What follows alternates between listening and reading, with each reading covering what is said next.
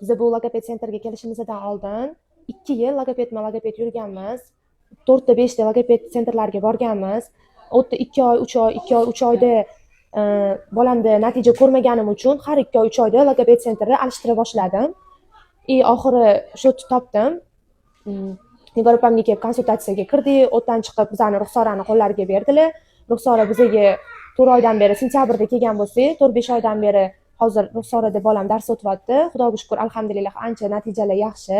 Bolamda yaxshi o'zgarishlar ko'ryapman. Yangi yutuqlar, yangi qirralari ochilyapti. Bolamning diqqatlari jamlangan. Oldin tushunmas edi, narsalar tushuntirsangiz o'zini olamida bo'lardi. Hozir o'sha olamidan ancha chiqqan. Qo'shilishlar yo'q edi o'rtoqlariga, uyda ham qo'shilishlar yo'q edi. Shu narsalar ko'paygan ancha. Bolamda ancha katta o'zgarishlar bor. Hamma narsaga уже ancha tushunyapti. Olib kelib beradigan narsamni olib kelib beryapti. Aytgan buyruqlarimni ancha bajaryapti. Meni ko'nglim to'ldi. Sizlarga maslahatim, shu logoped sentrga olib kelishinglarni tavsiya qilaman. Baribir bizga o'xshagan ota-onalar ko'p.